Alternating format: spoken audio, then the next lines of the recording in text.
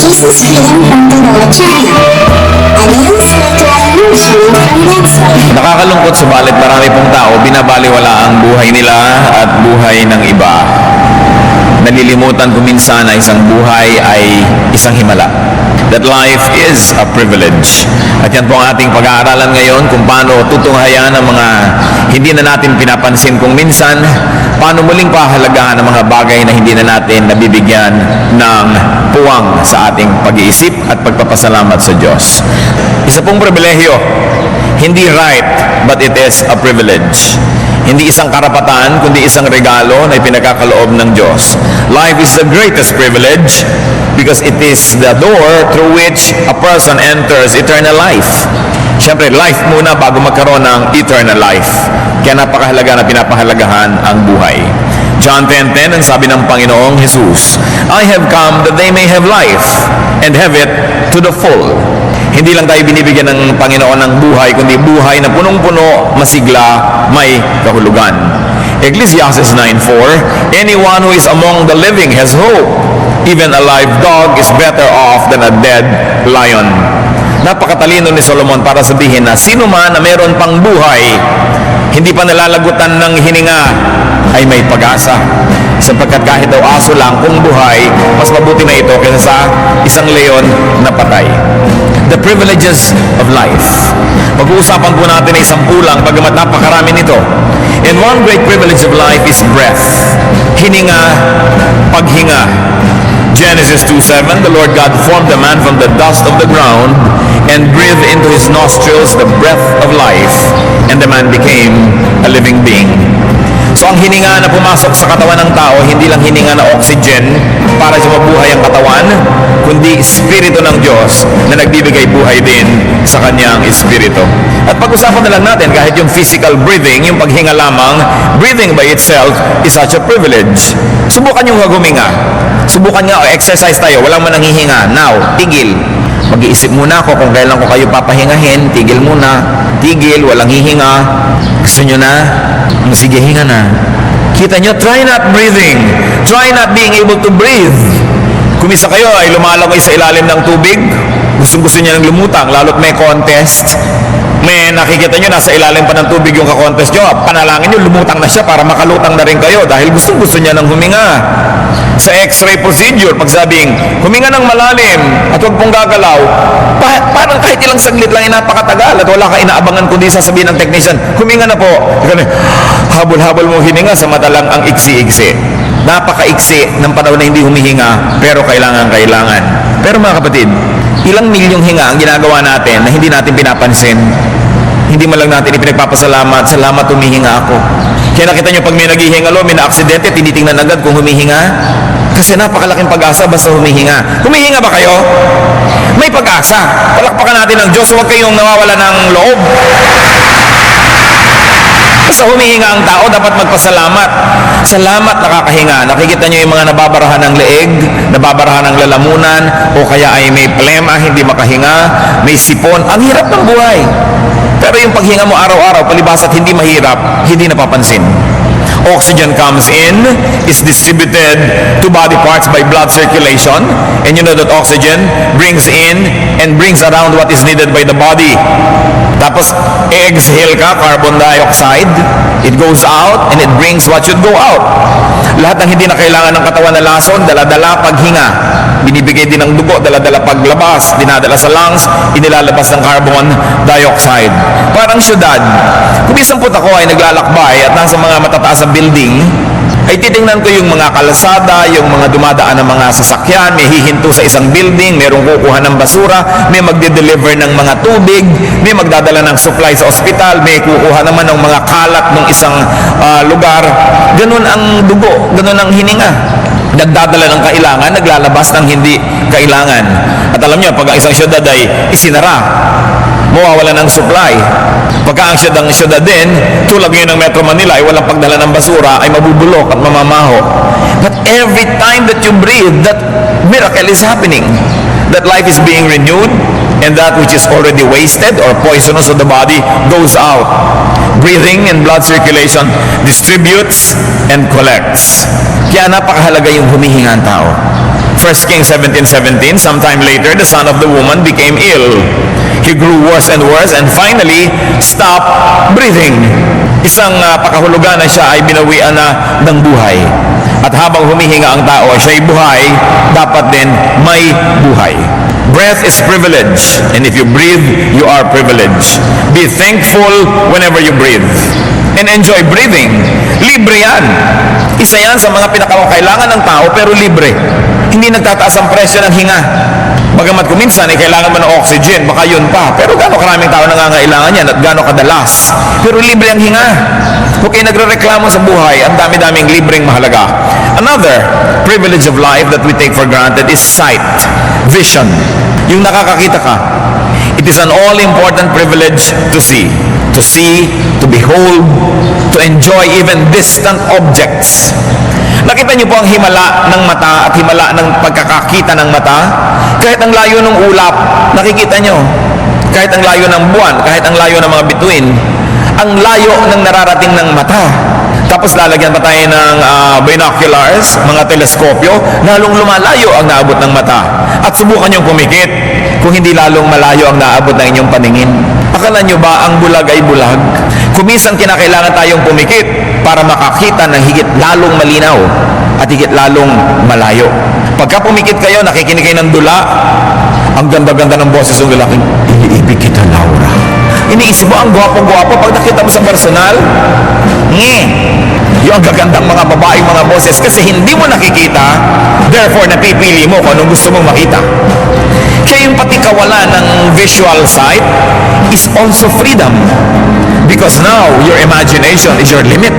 Kaya mas makapangyarihan ang radyo kaysa TV. Pag sinabi sa radyo na sa dula na, nakikita mo ba ang bundok-bundok ng mga ice cream na yan? Ang ganda-ganda imagine, pero pag pinakita sa TV, karton lang, halatang-halata, karton. Kasi nalilimit ka ng mata. Pero pag bumikit ka, ang layo na yun nakikita. And you know the privilege of sight? Nakikita natin kahit yung hindi nakikita ng naked eye through the microscope. Yung nasa kaloob-looban ngayon ng inyong atay na sisilip. Napapasok ng camera ang loob ng inyong puso para malaman kung anong bara doon. At ang laser, nakikita niya yung nasa loob ng inyong tiyan. Through even ultrasound, malalaman mo na babae ba o lalaki yung ipinagdadalang tao. Napakalayo ng naabot ng mata ng tao. At yung nakakakita tayo, dapat tayong pasalamat. Dapat magpasalamat. At napakarami, higit lalong malaking porsyento ng mga tao nakakakita yung mata nila. Tapos magre-reklamo pa, sabihin pa, ang pangit naman ng view. Nakakawalang gana ang buhay ko paglabas ko at tingin ko sa bintana. Pusali ang nakikita ko. Pasalamat kayo, nakakakita kayo ng pusali. Dahil nakakakita kayo. Paggising mo sa umaga, makikita mo yung asawa mo, pasalamat ka. Kahit kung minsan hindi ka nais-nais ang nakita mo, mabuti ka, nakakakita ka pa at may asawa ka. Matthew 13:15, but blessed are your eyes because they see. Siyempre, spiritual ang ibig sabihin dito. Pero maiintindihan mo ba yung spiritual value kung hindi mo na ma-appreciate yung physical value of seeing? Try not seeing. Ewan ko sa inyo kung mayroong susunod sa aking panukala. Subukan nyo, mula pagkatapos ng ating service ngayon, pumikit kayo hanggang makalabas kayo dyan. Pumikit kayo hanggang makarating kayo sa bahay. Kung makarating kayo. At nang malaman natin, salamat. Kung nakakakita ako, dapat ako magpasalamat sa Diyos. Sino papalakpak sa Diyos dahil nakakakita siya? Salamat! Kahit hindi nyo laging gusto ang nakikita ninyo, yun lang nakakakita, ipinagpapasalamat yan. Luke 6:39, He also told them this parable, can a blind man lead a blind man? Will they not both fall into a pit? So napakahirap yung hindi nakakakita. Lalo't ang mga mumuna sa iyo, hindi rin nakakakita. Pero kung sakasakali na hindi ka nakakakita physically, ipagpasalamat mo kung merong sa iyong umaakay na nakakakita. At kung hindi ka nakakakita spiritually, magpasalamat ka kung may umaakay sa iyo na nakikita mo ang mga bagay na spiritual na kung mag-isa ka lang, hindi mo naman makikita. Pero may umaakay sa iyo, minsan hindi mo maintindihan itong simpleng verse ng Bible, may nagpaliwanag, lumiwanag, pasalamat at may umaakay sa iyo. Kaya magpasalamat din tayo para sa mata ng iba. Kahit hindi natin mata, dahil nakikinabang din tayo sa kanilang mata. Vision, seeing is privilege. If you can see, you are privileged and you should be thankful. Enjoy seeing and looking. Libre yan. Libreng tumingin sa ulap. Libreng tumingin sa sunrise and sunset. Libreng tumingin sa rainbow. Libreng tumingin sa magagandang mga dahon. Libreng tumingin kahit sa pinakamagagandang babaeng gumastos ng kutakot-takot para gumanda. Pagtingin niyo sa kanya, libre. Napakaraming magagandang bagay na libre sa buhay. Hindi nyo laging kailangan ng pera para makakita ng kagandahan sa buhay. And another privilege of life is touch. Para mga basic lesson ito sa senses. Bakit po natin pinag-uusapan ito? Kasi common. But because of their commonness, we ignore them. The blessing of texture, the blessing of being able to touch shape, and even temperature. Because to touch is to connect. To touch is to feel and to be felt. Luke 6:19, and the people all tried to touch him, meaning the Lord Jesus, because power was coming from him and healing them all. Hinihipo nila ang Panginoon sapagkat nararamdaman nila na may kapangyarihan na nagmumula sa kanyang lumilipat sa kanila pagka nahipo nila at sila ay may pananalig. The ability to touch and being touched is a great privilege.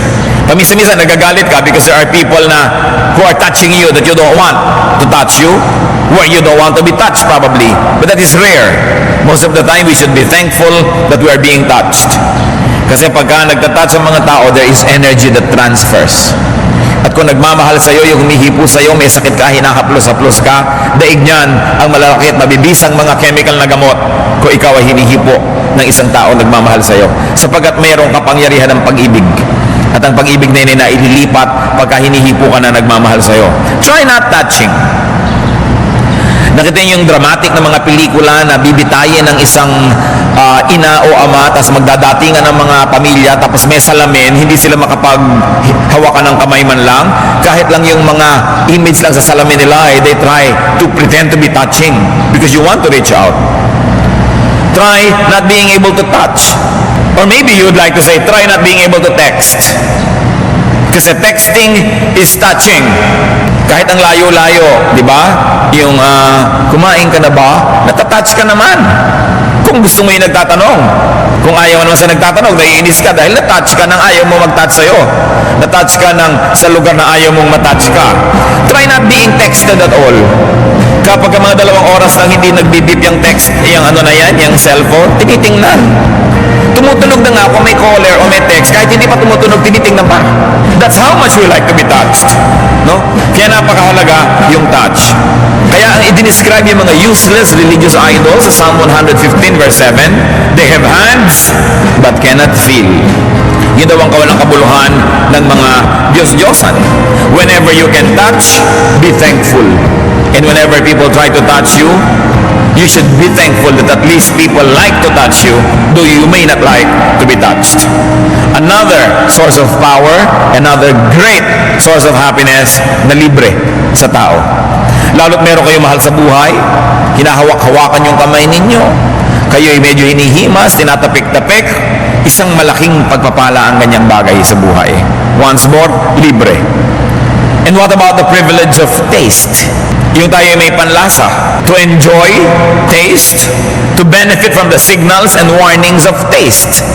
Subukan yung may kakainin kayo, biglang, ay, panis, nalasahan yung panis. Di ba't di nyo lululunin? Kasi nalasahan nyo. Pero kung hindi nyo nalalasahan yun, makakakain na kayo ng lason, nalulun nyo na bago nyo nalaman. Kaya pagka meron kang natikman na sobrang alat, sobrang asim, sobrang tamis, pwede mo yan i-reject. We've got to thank God for the ability to determine, to enjoy, and to reject taste. Job 12:11, does not the ear test words as the tongue tastes food? Tinitikman, inaalam, mabuti may panlasa. Alam niyo po, lalo kung ako ay magsasalita sa public places at ako'y kailangan ko lagi na to wet my mouth, my tongue, my throat, inaabutan ako ng tubig. Nung minsan may nagabot sa akin, pag dapo sa bibig ko ng nilulun ko, hindi ko pa nilululon, kerosene. Mabutit hindi ko nilulun agad. No? Siguro kung may nagsindi ng posporo, pag hinga ko, bubuga ako ng apoy. Palakpakan siguro ang mga tao, himala. Pero gaas. Kaya binabantayan na kayo kung sila nag-aabot sa akin ng tubig. Baka mamaya kung ano naman yon. Pero natitikman. At dahil natitikman mo, pwede mong ilulwa. Maraming bagay sa buhay in a spiritual way, natitikman dapat bago lulunin. Tinitingnan mo muna kung dapat at karapat-dapat. Anong na yung blessing, mga kapatid? If you have taste as to enjoy food, as to have good appetite. Subukan nyo na hindi na tumitikim o subukan yung walang lasa ang lahat ng bagay. Yung wala kayong panlasa, walang lasa ang pagkain, walang sarap, many people get depressed. Isa po yan sa aking mga observation na yung sobrang nagda-diet, nade-depress. There is something about not eating well that depresses the spirit, that depresses the soul, the emotion. Kaya yung mga matatakaw, bihira ma-depress yan. Dahil talagang masasaya sa kakakain. Mas madalas ma-depress yung mga nagda-diet, yung sobrang mga nagpapaganda. Yan ang may mga kalungkutang hindi nila maipaliwanag, pagkain lang pala. Ecclesiastes 2:24, a man can do nothing better than to eat and drink. This too, I see, is from the hand of God. Si Solomon na napakatalino, ina-equate niya yung sarap ng pagkain at sarap kumain bilang pagpapala ng Diyos. Nehemiah 8:10, Nehemiah said, "Go and enjoy choice food and sweet drinks, and send some to those who have nothing prepared. This day is sacred to our Lord." Isa po yung pista. Maraming pista sa Biblia. Gusto ng Diyos, ipinagpipista siya eh. Pero sino ba naman nagkakainan sa piyesta? Hindi naman yung Diyos, yung mga tao. Pero ang gusto ng Diyos, pag naghanda ka na masarap, magpadala ka dun sa hindi nakakayang maghanda ng masarap na pagkain. Yun ang tunay na pista. Subukan natin na wala tayong gana. Try fasting. Lalo't yung fasting is imposed on you. Sino sa inyo nakaranas na halimbawa na meron kayong blood test bukas, may fasting ngayon 12 hours, may fasting 8 hours, yung inom ka lang ng inom pagkagabi, ngayong nagfa-fast ka, parang napakalaking bagay na makainom. Tubig, gusto mo uminom. Yung hindi mo pinapansin, kapatid, na nagkakape ka sa umaga o umiinom ng kung ano man, pag fasting ka, indang mo, kape. Gusto mo na kunin nyo na ang dugo ko na makapagkape na ako. Sino sa inyo nakakaramdam ng ganyan? Patingin nga, marami. Yung mga edad na kasi kayo. Kaya kinakailangan ng i-blood test, kailangan ng mga kung ano mga nararamdaman. Kaya yung nagkakaedad, nagmamature, tumatalino eh. Nararamdaman mo kasi how it is to be deprived, how it is to be weak, how it is to be sick. Pero nakikita nyo, ngayon, kung hindi kayo nagpa-fast, dahil hindi naman kayo magkaka-blood test bukas, nagpapasalamat mo kayo sa Diyos ko, salamat po, nakakapagkape ako. Salamat, nakakainom ako pag nauhaw ako sa gabi. Hindi na natin napapansin. Kaya kailangan nakakaranas tayo ng deprivation every now and then. Kaya mga Muslim, kakatapos lang ng Ramadan, fasting. Halos isang buwan. Ang katuroan noon ay para maramdaman nila ang gutom, para maging sensitive sila sa mga kamaralita at mga nagugutom. That is the spiritual meaning of it. How you apply it depends on you. But the point is, that is the purpose. Kaya rin tayo nag-aayuno. Hindi dahil mas ma-epektibo ang dasal ang nag-aayuno, para mas maging sensitive ka sa iba na nagugutom, na hindi nila choice. At pag naging sensitive ka na, nagiging mas mabuti ka, therefore your prayer becomes more powerful. Because you become more truthfully grounded. Nalalaman natin yung katotohanan ng buhay. Gaano karami sa atin yung kakain, every subo, ang sarap. Thank you, Lord. Diba? Kahit na nilagang itlog at nilagang kamatis yan at may kasamang tuyo, ang sarap. Thank you, Lord. Hindi yung reklamo ng reklamo ang inaabot sa buhay. Of course, another sense, and we will stop here, alam ka naman, ubusin natin yung mga senses. Smell is such a great privilege. To enjoy scent and aroma, to benefit from the messages of smell, even what we call bad smell. Kasi pag bad yung smell, may warning. Gano'ng karaming bangkay ang diskubre dahil umalingasaw. Gano'ng karaming mga sirangipin ang nadidiskubre mo dahil may amoy. Gano'ng karaming sakit ng tao ang nalalaman mo dahil may amoy siya. So mahalaga rin kahit amoy na hindi mabango, kung yon ay nagsasabi sa atin na mayroong isang problema na dapat lutasin. But to be informed and to be warned by smell is a privilege. Gano'ng karami sa inyo, may susunog, amoy sunog. Diba? Tasan, hanapin nyo ang sunog. Dahil naaamoy nyo na may nasusunog. Warning. To be stimulated and energized, healed, and soothed by aroma. Kaya ngayon, umuso na uli ang aroma therapy, na nakakapagpagaling daw ang mga tamang amoy. Na nung araw, alam na alam yan ng mga ninuno natin, bagamat hindi siguro laging conscious. Kasi mga amoy ng luya, naaamoy mo na yun pag nagpapaksiw ka, pagka meron kang niluluto. Ang mga babae no, laging may nakaipit na mga sampagita o ilang-ilang sa kanilang buhok. No? Aromatherapy yan. No? Yung laging may mahalimuyak, nagtatanim ka ng mga sampagita sa iyong durongawan, sa gabi may dama de noche, naaamoy mo. Yan ang aromatherapy. Magdaling gumaling ang tao pag nakakaamoy ng mga tama, kasi ang amoy, diretso sa utak. Pagpasok sa ilong, utak agad dyan. And it already affects the brain and the blood circulation and everything. Kaya science na po yung aromatherapy, hindi lang yan luho. Talagang yung pipili ka, ano bang gusto mong lotion? Yung nakakapagpatalino, yung nakakapagpabait, yung nakakapagpakalma. Meron silang basis for that. Dahil inilagay ng Diyos sa lahat ng halaman, ang lahat ng gamot. Kaya aroma is important and the ability to smell is very important. Gaano ba naman kamahal, bumili kayo ng paso o kaya ay latang walang laman, lagyan nyo ng lupa at taniman nyo ng sampagita, ilagay nyo sa bintana nyo para nakakaamoy kayo ng bango. Meron kayong kaplasong lote, hindi nyo taniman ng ilang-ilang para wala kayong tigil ng kapipitas ng bulaklak na libre. Inilalagay nyo sa banyo, inilalagay nyo sa ulunan ng inyong mga kama, inilalagay nyo sa inyong mga mesa, ang bango-bango ng paligid. Song of Songs 1:3. Pleasing is the fragrance of your perfumes. Your name is like perfume poured out. No wonder the maidens love you. So ang pinag-uusapan dito ay isang lalaki na mahilig sa pabango. Ang bango-bango niya, kinahuhumalingan siya ng lahat ng kadalagahan. Sapagkat, syempre, makapangyarihan ng amoy. Lalo sa mga Pilipino. Now, the tongue can detect and appreciate only 4 basic tastes.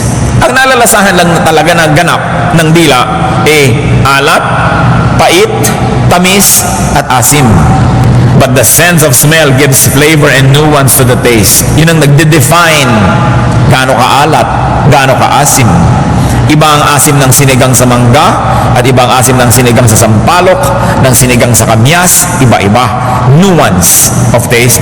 Tumutulong na doon yung pangamoy. Try not being able to smell. Kaya naman, ang description na naman ng Psalm 115 verse 6 sa mga Diyos-Diyosan, they have noses, but they cannot smell. Ibig sabihin, walang buhay. Yung may naamoy kayong saksakan ng baho, magrereklamo kayo, yung salamat, buhay ako. Hindi ako katulad nung idol ng Psalm 115 verse 6, may ilong pero hindi nakakaamoy. Hindi dapat ipagreklamo. Mabahala kayo kung may ang baho-baho, hindi nyo naamoy. Ibig sabihin, baka hindi na kayo buhay nun. Be thankful when you can smell. And be very especially thankful when you can smell something pleasant. Another privilege of life, brothers and sisters, is movement. Galaw. Externally, as in mobility, yung nakakaalis ka sa kinalalagyan mong lugar, lilipat ka ng lilipat, external movement. And there is also such a thing as internal movement. Meron kang circulation within you. Kahit ang tao po hindi gumagalaw, gumagalaw yung puso niya, gumagalaw yung mga bitukan niya, gumagalaw yung esophagus, gumagalaw yung dugo. Because life is movement. Even the heavenly bodies are moving forever. Non-stop movement in choreographed arabesques. Ang ginagawa ng mga tala, mga bituin, mga asteroids. Kumikilos ang lahat. Kaya naman, hindi katakataka na ang worship ay may movement. Because life is movement, movement is life. That is why worship entails movement. So worship po, common movements like lifting of hands. That's a movement. Psalm 63:4, I will praise you as long as I live, and in your name I will lift up my hands. The lifting of hands is an act of worship. Meron pang waving yung kakaway-kaway sa Bible sa Exodus 29:23-24. Put all of this, meaning the loaf, cake made with oil, and the wafer in the hands of Aaron and his sons, and wave them before the Lord as a wave offering. So yung offering, gusto pa ni Lord na nakikitang iwinawaga-wagayway. At bakit tayo may mga banners? This is a dramatization of movement. Mas lumalaki. Kasi kung yung kamay mo, ginanon mo lang, gumalaw. Pero kung may hawak ang banner, ang laki-laki, kitang-kita talaga yung movement. It is to dramatize. No? To exaggerate a movement so that it may be even more appreciated. In worship, there are various postures. May nagaganito na kamay, may nagtataas na kamay, may lumuluhod, may yumuyuko. All of that, as acts of worship, are sacred movements. That's why the ultimate movement of worship is dance.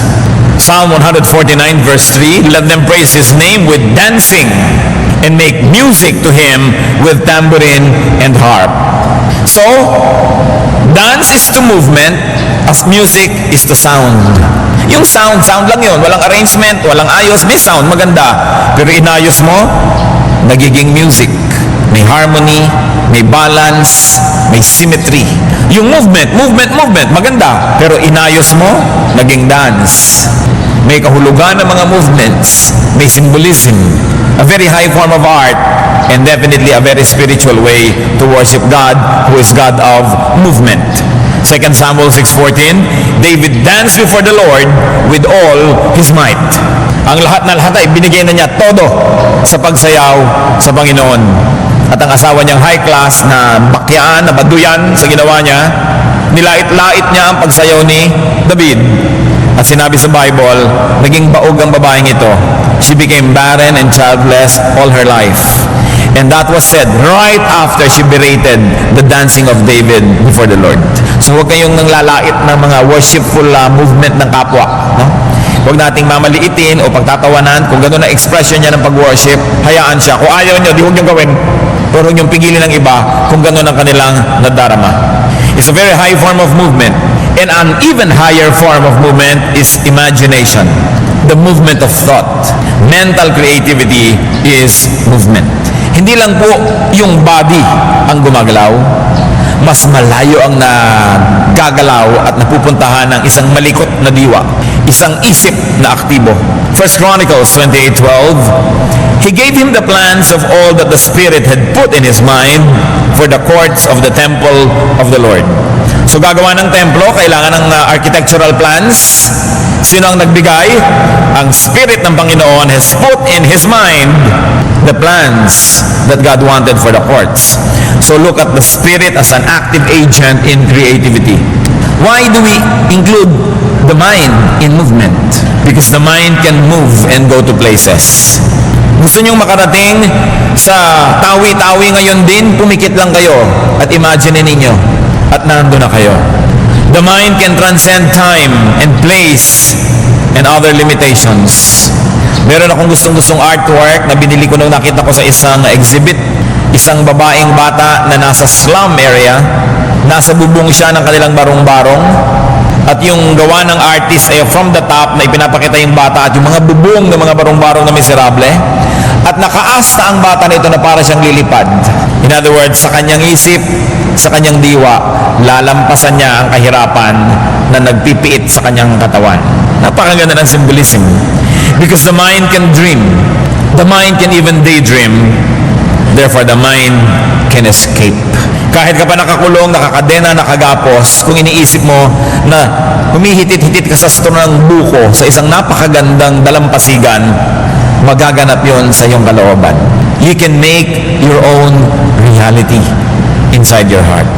2 Corinthians 12:2-4, isa sa mga mahiwagang mga kwento sa New Testament. I know a man in Christ who 14 years ago was caught up to the third heaven. Whether it was in the body or out of the body, I do not know. God knows. And I know that this man, whether in the body or apart from the body, I do not know, but God knows, was caught up to paradise. He heard inexpressible things, things that man is not permitted to tell. Hindi pinaliwanag ng sumulat ng Korinto kung anong kahulugan ito, pero meron daw siyang kilalang tao na nakarating sa paraiso ang kanyang diwa, ang kanyang espiritu. At di daw matiyak kung pati katawan ay kasali o isip lamang. Hindi yun ang point natin na siyasatin ito. Ang point natin, nalalampasan ng isip ang katawan. Nalalampasan ng espiritu ang katawan. The alert mind cannot be imprisoned. The alert mind cannot be limited. Libreng mangarap. At kung makakatulong sa inyo upang puksain at patayin ang pait, ang hapdi ng katotohanan, libreng mag-ilusyon. Walang nanliligaw sa inyo, pero at yung pipikit ang inyong mata, iniisip nyo, pinagkakaguluhan kayo ng lahat ng lalaki sa balat ng lupa. Di ba sasaya kayo? Dahil nagkaroon kayo ng realidad sa inyong kalooban. Yan ang sinasabi natin na kung hindi masyadong maganda yung nakikita mo, pumikit ka, gumawa ka ng iyong realidad. Kaya yung pagkamaliw po, mga kapatid, bagamat sa ating ordinaryong pananaw ay hindi kaibig-ibig, kumisan ito'y napakagandang mangyari sa isang taong hindi na niya kayang dalhin ng totoo. Hindi na kaya, kumbaga sa bombilya siya ay mapupundi na, sobrang taas ng voltahe, hindi kaya ng wattage niya, mababaliw siya. Kaya kahit nakakalungkot, tawa siya ng tawa. Ano yung iibigin? Ang lungkot-lungkot niya dahil siya ay matalino o naloka siya, tawa siya ng tawa? Para sa kanyang sariling kapakanan, alin talaga doon ang higit na mainam? Bagamat sa tingin natin na outsider, dapat matalino siya at hindi siya dapat magkaganon. Pero may paraan ng Diyos ay pinoprotect niya ang mga tao sa hindi makaya ang dapat dalhin. Kaya nagkakaroon ng mga amnesia. Nagkakaroon ng mga temporary madness ang mga tao pag hindi makaya ang dala. Isa pong napakalaking pribilehiyo na maaari ring takasan kahit man lang panandalian ang isang mahapdi, makirot at masakit na katotohanan, and you retreat into your innermost sanctum, your mind, your soul, where you can make your reality. Hindi maganda na araw-araw mabuhay ka sa ilusyon, but daydreaming helps a lot of people cope with reality. Hindi lang nga dapat na yun na lang laging gawin mo sa buhay at wala ka nang gawin na practical na bagay para matupad ang gusto mo matupad sa buhay. Pero isa yan sa mga pribilehyo ng buhay.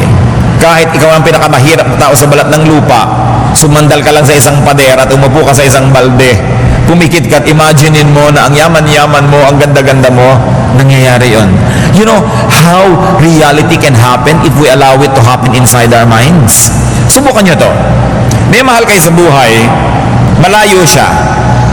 Imagine ninyo na siya nakikipag-ulayaw sa isang taong selos na selos kayo. Di ba kahit nangyayari o hindi, bumibilis ang pintig na inyong puso, nagiinit ang punong taingan nyo, no? Nawawala kayo ng ganong kumain at nag-aalala kayo, pero ini-imagine nyo pa lang yun. Pag nakita ninyo halimbawa sa cellphone nyo na may text na kung ano man yun, inimagine mo na agad ang buong kwento kung sino to, ba't sila nagte-text ng ganito, galit na galit ka na. Yun pala, mis-sent lang, hindi kanya. Hindi totoo, pero nangyari na sa iyong puso. Kaya pwede niyong papangyarihin sa loob ng inyong puso ang mga bagay na nakakatuwa at pwede rin yung mga bagay na nakakainis. It's all up to you kung ano ang inyong i-imaginein sa buhay. The mind can even be the agent of spiritual transformation. Kaya napakalaking pribilehiyo na pwede mag-isip. Kahit na mga diktador, kahit na mga mapaniil na mga rehime, hindi na ipipiit ang isip ng tao. Na ipipiit lang ang katawan, na ikakabya na lang ang paa, ang kamay, pero hindi ang isip. Ang isip ay laging malaya. Kaya meron man kayong mga pagkakabilanggo sa buhay, malaya pa rin kayo mag-isip, magpasalamat kayo. Pwede niyong takasan yung realidad na yun kahit paminsan-minsan lang sa pamamagitan ng pag-isip. Ang pagbabago ng tao, nagaganap kung babaguhin niya ang paraan ng kanyang pag-isip.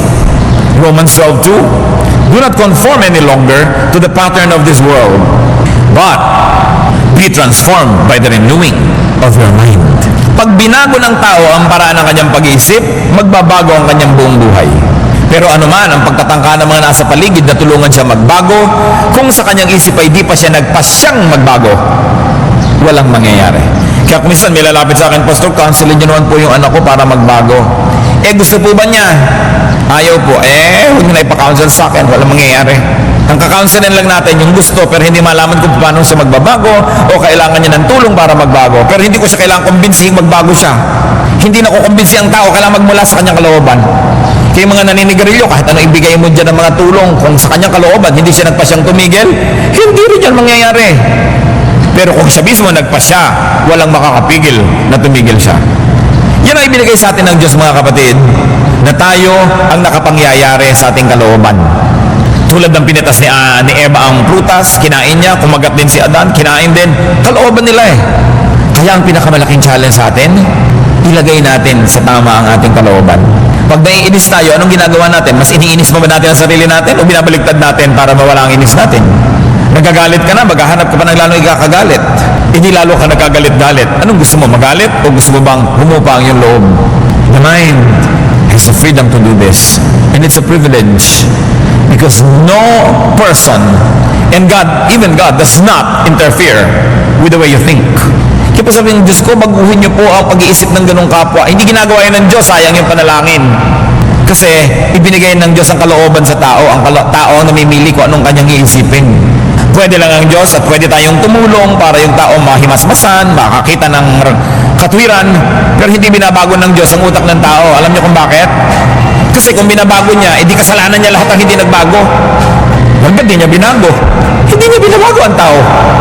Ang tao ang magpapasyang magbabago. So it's a privilege that our minds can move. It's a privilege that we should always appreciate. Isa pa pang problema ng buhay is humor and laughter. Yung may sense of humor ka, galing na privilege yan. Kung ang napangasawa ninyo ay mahirap pa sa daga, pero may sense of humor, ang totoo mayaman kayo nun. Yung napapatawa kayo, kahit pinag-aagawan niyo ang ulo ng sapsap, napapatawa kayo, feel rich because you are. Laughter celebrates happiness. Laughter can balance sadness, and laughter can anesthetize from pain. At ito po ay sinusuportahan na ng maraming mga pag-aaral na scientifico na yung pagtawa, yung sense of humor, nakakapagpagaling ng sakit. Kaya kung may dalawang may sakit, diba, pareho kayong nabarog yung ulo nyo, na parehong may bumaong asrol hanggang kaloob-looban ng utak nyo, dalawa kayo.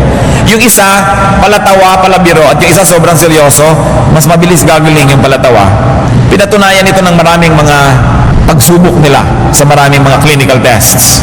Bagamat sa science, hindi nyo ginagamit yung word na pinatunayan because science is dynamic. Sasabihin nyo lang, well, it is supported by evidence so far na ganun talaga ang nangyayari. But the point is, kung merong dalawang tao, yung isa may humor, mas magsusurvive yung may humor. Kaya sabi nila, laughter is the best medicine. Kaya kung ubod man kayo ng hirap, di kayo nakakabili ng mahal-mahal na gamot, pinakamura pa rin ang gamot sa Pilipinas dahil tayo sobrang masasayahin mga tao. No? Kahit ano na lang, ikinatutuwa, tawanan, may nagkuku, may mga lobo, may mga nagtitinda, may stage show. Ang saya-saya ng bayan na ito. So mura ang gamot dito. Yung gamot na likas sa tao. Pero mabuti rin kung mapamura siyempre yung mga chemical na gamot na binibili natin. Psalm 126 verse 2, our mouths were filled with laughter, our tongues with songs of joy. Then it was said among the nations, the Lord has done great things for them. So nakakakanta daw ang mga Israelites, nakakaawit at sinasabi ng ibang bayan, aba, pinagpapala sila ng Diyos. Ito siguro isa sa mga ibig sabihin ng mga gumagawa ng mga awit na ang Pilipinas ay pinagpala ng Diyos. Kasi kung tingnan mo naman, sabi, nasaan? No? Ang dami-daming gulo, ang dami-daming kahirapan. Pero yung ating capacity to be happy, our humor, pagpapala yan ng Diyos. Ecclesiastes 3:4 says, there's a time to laugh and a time to dance. And compared with many cultures around the world, mas marami dito sa Pilipinas, time to laugh and to dance. Hindi na naubos ang festival dito. May festival ng lechon, may festival ng langka, may festival ng butong bakwan, may festival ng mga maskara, may festival ng mga bakya at salakot. Basta kahit ano na lang na rason, magka-excuse lang mag-festival ang mga Pilipino. Hindi na ubusan ng party. Masaya ang buhay. Imagine a humorless life and imagine a humorless personality. Job 9:27, I will forget my complaint.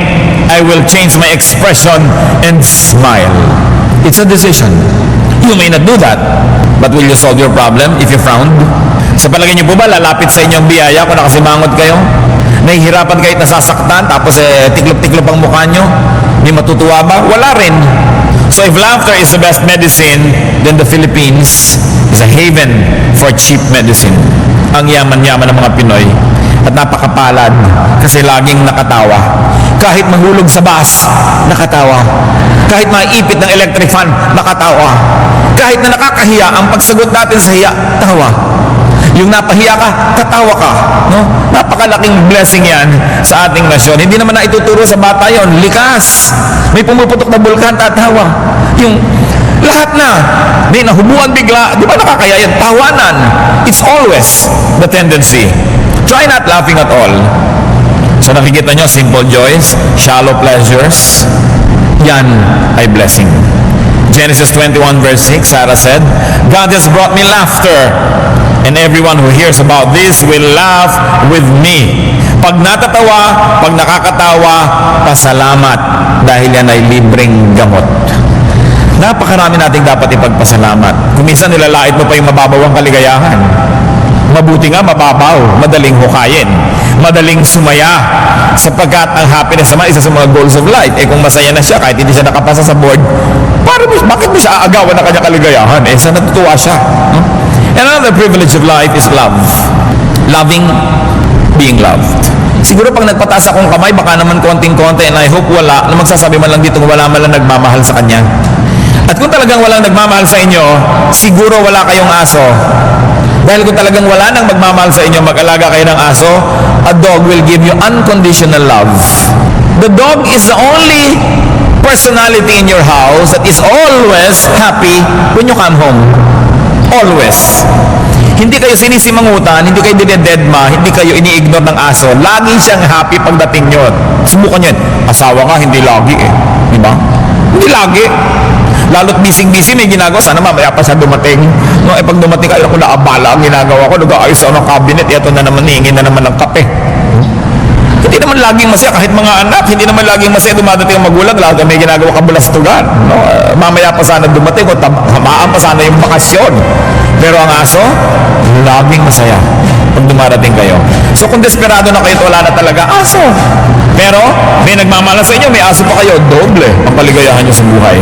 1 John 4:8, whoever does not love does not know God, because God is love. So mga Kristiyano, nakakaramdam ka ng pag-ibig kahit walang personal object ko minsan, dahil nakikipag-ibigan ka sa Diyos. And love makes everything more beautiful. Yung walang kakwenta-kwentang panyo, pag ang nagbigay sa inyo, mahal nyo sa buhay, gumaganda ang panyo.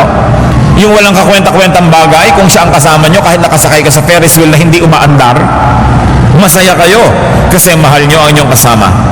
Love makes color more vivid. Love turns sound into music. Even when you dream, if you're in love, you dream in color. Kaya, ang sound THX, pagka kayo ay umiibig. 1 Peter 4:8, above all, love each other deeply. Because love covers over a multitude of sins. At yung marunong umibig, marunong din magpatawad. Magkakambal yun eh. Yung marunong umibig, bulag. Yung napapatawad mo yung mahal mo sa buhay. Kaya napakasarap yung naghahari ang pag-ibig sa buhay ng tao. Imagine a loveless life and a loveless personality. Kahit pa nga ang pag-ibig kuminsan at pagmamahal sa tao ay nagiging dahilan din para ka problema, totoo pa rin yung sinasabing it's better to have loved and lost than never to have loved at all. At ang pinagtatampo ng Diyos sa isang church sa Revelation 2:4, yet I hold this against you, you have forsaken your first love. Yan ang hinanakit ng Diyos sa church na ito. Hindi mo na ako kamahal ngayon tulad ng dati. Dati hat na hat ka sa pag-ibig sa akin, ngayon nanlamig ka. If you can love, if you are loved, be thankful. Enjoy it and love even more. Another privilege of life is rest. Respite, break, pahinga. Rest not only draws one away from toil, but also re-energizes for life. Rest gives perspective, clarity, and wisdom. Yung nagpapahinga matapos mapagod, I don't mean yung laging nagpapahinga kahit hindi pagod. Yung nagpapahinga matapos mapagod, mas lumalalim ang pagkatao, mas lumilinaw ang pananaw sa buhay, mas tumatalino. Sapagkat sa pagpapahinga natin na po proseso ang mga bagay-bagay, doon na pagdudugtong-dugtong ang mukhang di magkakadugtong ng mga katotohanan. Sa papamahinga, you receive clarity of vision. Kaya maraming enlightenment nangyayari sa pagpapahinga. Kaya mahalaga po yung pahinga. Hebrews 4:4, and on the seventh day, God rested from all His work. Psalm 116 verse 7, be at rest once more, O my soul, for the Lord has been good to you. At bakit po napakarami mga tao ang naakit na sumunod kay Jesus? Sapagkat ang kanyang iniaalok ay kapahingahan. Matthew 11:28, come to me, all you who are weary and burdened, and I will give you rest. Ang inaalok ni Jesus, rest, hindi salvation lagi. Kaya kung meron kayong gustong dalhin sa Panginoon, gusto nyo tatalokin nyo, gusto nyo po bang maligtas? Siguradong sa pagtatalo, uuwian nyo usapan. Kasi bakit? Nasa panganib ba ako? Hindi ba ako ligtas? Ano ba ang ibig sabihin ng kaligtasan? Magkakagulo. Ang dapat yung ialok, yung inialok ni Jesus, gusto nyo ba ng kapahingahan? At sino ang tatanggi sa kapahingahan? Mga pusong pagod, mga taong pagod, naguguluhan, mga litong-lito, hirap na hirap. Sabi mo, gusto nyo po bang mapahinga ang inyong espiritu? Sino tatanggi? Yan ang alok ni Jesus. Come to me all of you who are tired and weary, I'll give you rest. Sapagkat hindi siya nang uusig, hindi siya naghuhusga, napapanatag ka kahit marami kang atraso sa langit. Kaya naglapitan sa kanyang mga makasalanan, tinawag siyang friend of sinners. Pero kasi judgmental, stricto, mahigpit, maglalapitan ba yun? Hindi siya matatawag na friend of sinners. Pahinga kasi ang ibinigay niya. At alam niyo mga kapatid, yung pagtanggap natin sa ating kapwa, ano man sila, ay pagbibigay sa kanila yun ng pahinga. At tayo man, in whose company are you most at ease and rested? Di ba dun sa lubos na nakakakilala at tumatanggap sa inyo kung sino man kayo? Hindi nyo kailangan magbalat kayo, hindi nyo kailangan magkunwari dahil tinatanggap niya kayo. At ganoon ang walang patakarang pagtanggap sa atin ng Panginoong Jesus. Kaya nag-aalok siya ng pahinga. Ngayon, pahingang espiritual yan, pahingang emosyonal. Pinag-uusapan din natin yung pahingang physical.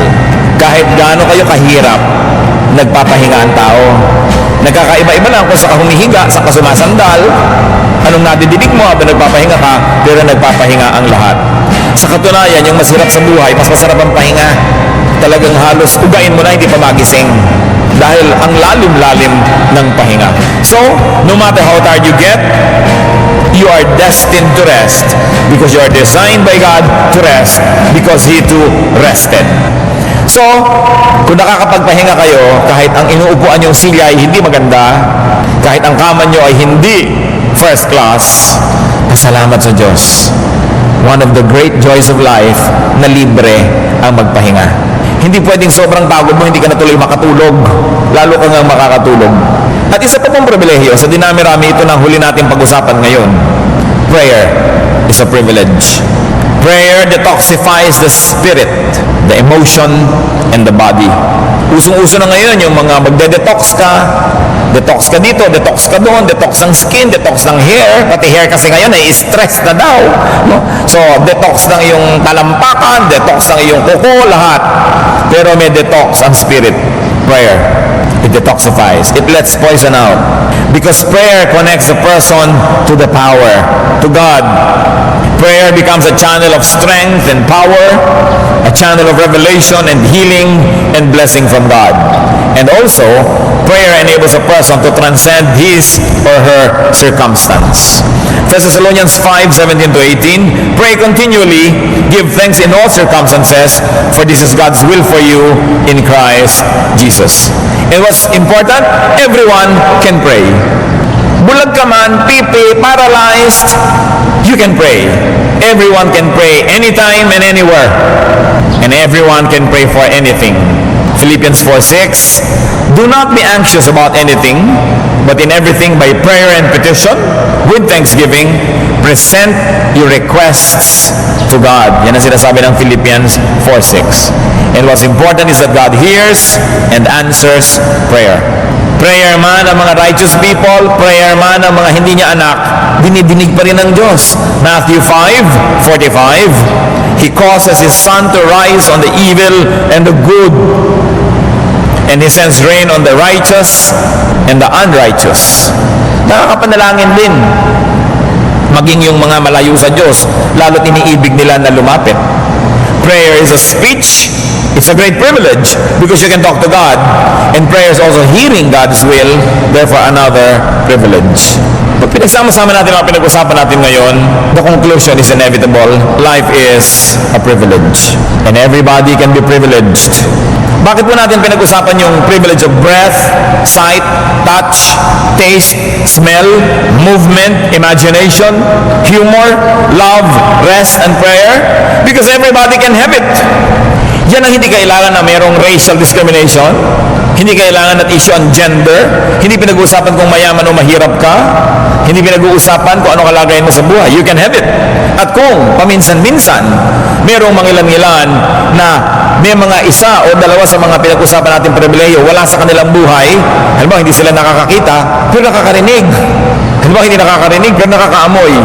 Halimbawa, meron silang paralysis, hindi masyado nakakagalaw, pero nakakagalaw ang isip, at nakakaamoy, at nakakapagsalita. Hindi naman nangyayaring lahat ito wala sa isang tao. Bihirang-bihira. Kadalasan, lahat ng ito ay nasa isang tao. So ba't natin pinag-uusapan ito mga kapatid? We should learn to be contented and happy. Philippians 4:11-12. I have learned to be content whatever the circumstances. I know what it is to be in need, and I know what it is to have plenty. I have learned the secret of being content in any and every situation, whether well-fed or hungry, whether living in plenty or in want. Natutunan na daw niya na ipagpasalamat ang anumang kalagayan. So count your blessings, count your privileges, brothers and sisters. At higit pa sa pinag-usapan natin ngayon, marami pang ibang pribilehiyo na dumarating sa ating buhay na hindi natin kayang bilangin. Ang pinag-usapan lang natin yung basic na lahat ng tao under normal circumstances ay meron. meron mang isang nawala o dalawa, may natitirang iba, and that is able to compensate for what is not there. 2 Peter 1:3, His divine power has given us everything we need for life and godliness. So kung kayo man kuminsan ay nabibigo, nalulungkot, do not wallow in self-pity. Do not wallow in envy of others. Do not wallow in complaints and sadness. Huwag kayong mahabag sa sarili. Huwag kayong mainggit. Huwag kayong reklamo ng reklamo. At huwag kayong magluksa. Focus on your privileges. Dwell on your privileges and enjoy them. Napakaraming libre sa buhay. Hindi kailangan lagi ng pera. Sasabihin niyo ba, kada kilos ngayon kailangan ng pera. Hindi totoo. Pag tumitingin ka ba sa buwan, kailangan mo ng pera. Pag lumalanghap ka ba ng hangin, kailangan mo ng pera. Pagka ba naliligo ka sa ulan, kailangan mo ng pera. Hindi yun totoo. Isang sobrang careless generalization, yung pag-equate sa pera sa happiness. Napakaraming bagay na may pera ka man na hindi mo mabibili sapagkat binigay ng Diyos ng libre. Ecclesiastes 11:8, however many years a man may live, let him enjoy them all the years. Therefore, love life. Huwag niyo ireklamo ang buhay, huwag niyo problemahin. Love life. Love your breath. Love your sight. Love your vision. Love your ability to move. Ecclesiastes 9:9, enjoy life with your wife, if you have one, whom you love all the days of this life that God has given you. Live life.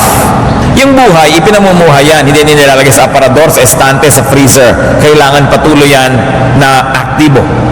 Ecclesiastes 6:6, even if he lives 1,000 years twice over but fails to enjoy his prosperity, it is nothing. Kailangan ang buhay ipinapamuhay. Nagluluksa tayo mga kapatid, yes, pero may hangganan ng pagluluksa. Kaya kahit sa ating mga kaugalian, 1 taon lang yan at most, kaya may laglag-luksa. May babang luksa.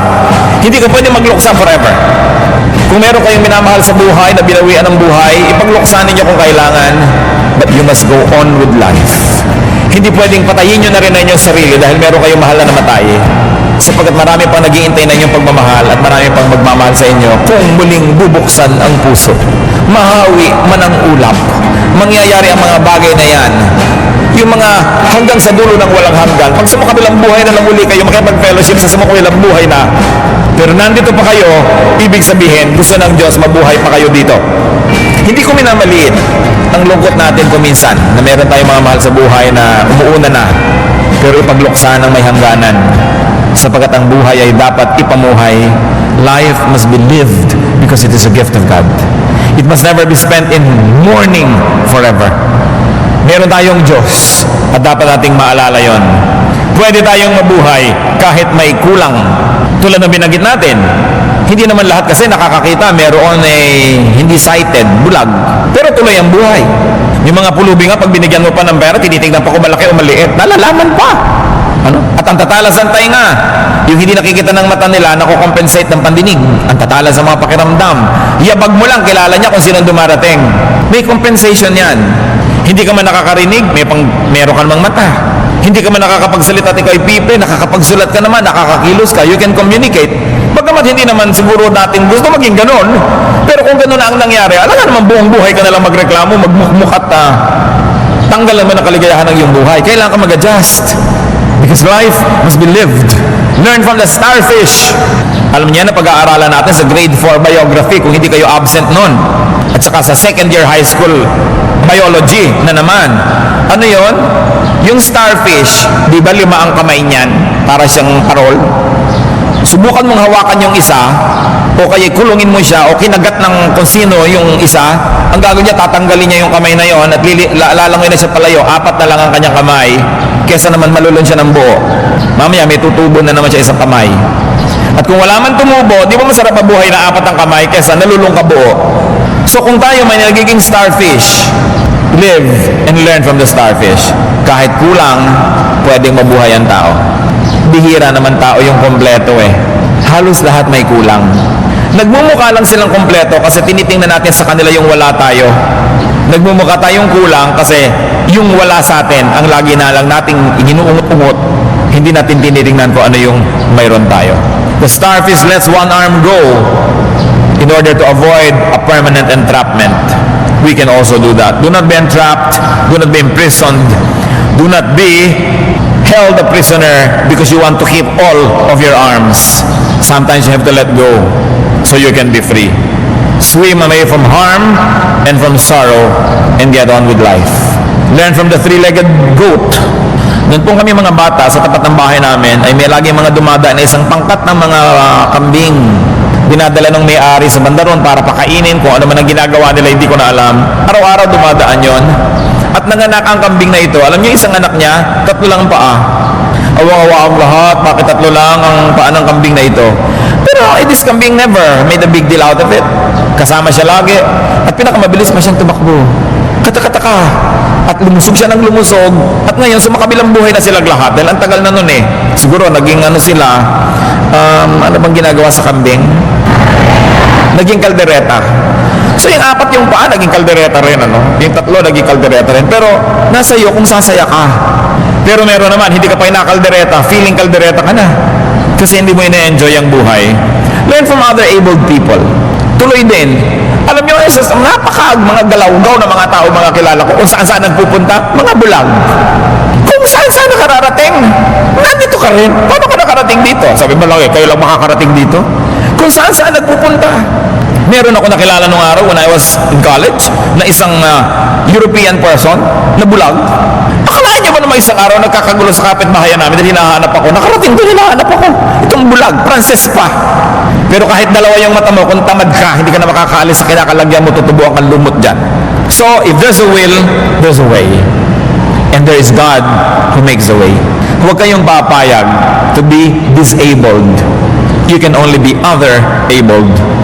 You may miss this body part, this sense or faculty, this station in life, or this item, yet live to the fullest, in the fullest possible way, because our God gives us life, and life is a gift. 2 Corinthians 12:9, but he said to me, my grace is sufficient for you, for my power is made perfect in weakness.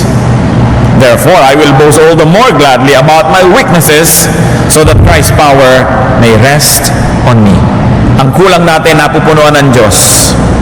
Kaya hindi dapat laging ireklamo, dapat ipagpasalamat kung ano yung nandun. Ecclesiastes 5:18, then I realized that it is good and proper for a man to eat and drink and to find satisfaction in his toilsome labor under the sun during the few days of life God has given him. For this is his lot. Yan daw ang mainam gawin sa maiksing buhay na ipinahiram ng Diyos. Tamasahin, lasapin, gawin ang lahat na magagawa. Basta hindi natin nilalabag ang kautusan ng Diyos. At napakarami pang ibang privileges hindi natin pinag-usapan ngayon.